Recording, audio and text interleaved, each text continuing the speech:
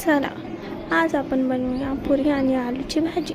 तर आपण कढई घेतली आहे आणि त्यामध्ये टाकूया तेल. आपल्या प्रमाणानुसार तेल टाकून घेऊया. त्यानंतर आम्ही पीठ मळून ठेवलेलं आहे, त्याला आपण गोल करूया. आता आपण करूया पुरीची सुरुवात.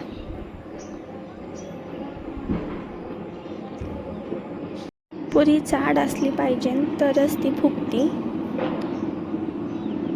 तर आपली पुरी तयार आहे आणि आपण टाकूया तेलात. बघा किती मस्तपणे फुगली आहे. याला आता आपण पलटून बघूयात. बघा किती सुंदर पुरी झाली आहे. तयार आहे आपली पुरी.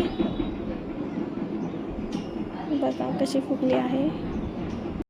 तर आता तयारी केली आहे मी आलूच्या भाजीची. तर सगळं मी कापून घेतलं आहे. आता आपण ठेवूया पातेलं, त्यामध्ये टाकूया तेल. मी 2 चम्मच तेल टाकत आहे.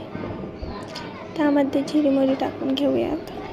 त्यानंतर कढीपत्ता टाकूयात. मग आपण त्यानंतर कांदा टाकूयात.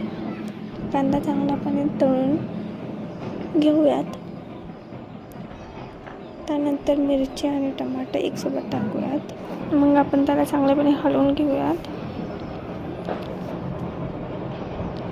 त्यानंतर आपण मसाले टाकूयात. मी टाकली हळद, त्यानंतर धना पावडर, मग मीठ. आता टाकूया आपण हिंग.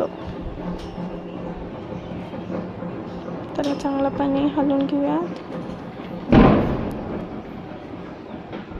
मी जे बटाटे उकडून घेतले होते त्याला बारीक करत आहे.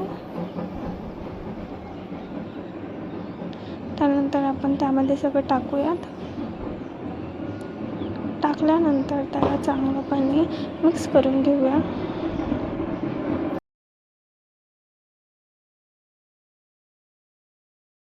झाली आहे आपली भाजी. तर रेडी आहे आपली पुरी आणि आलूची भाजी.